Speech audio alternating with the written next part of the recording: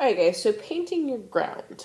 It's important to remember what's actually going on and what season you're in and what colors you're going to be seeing. So this is going to be like fall time for me, and it's going to be a softball field. So I'm going to draw the edge of the softball field, and I'm not going to think about the fence because the fence kind of will be up here in that skyline. So over here for me is going to be grass, so it's going to be green, and then in here is going to be the actual field.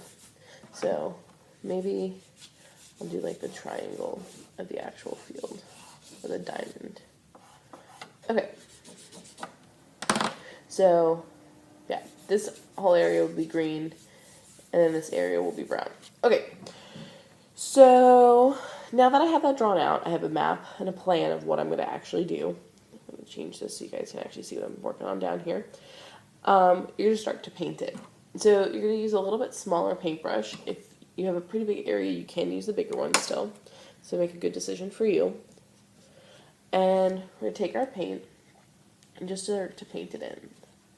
So you want to make sure that you're actually going over the edge of your sky. So you're overlapping your ground with your sky. See how I had that rough edge and now I don't have that anymore? I have a smooth transition. So I'm going to make sure I do that. So I'm going to have that. And then we're just going to keep painting out.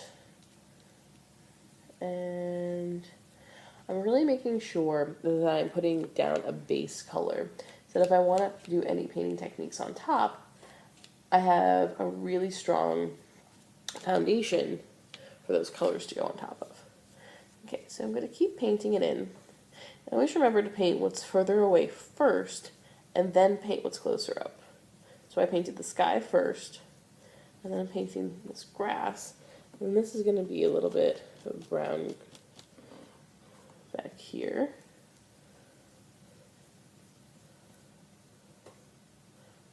I'm going to make sure I go over my sky, overlapping it.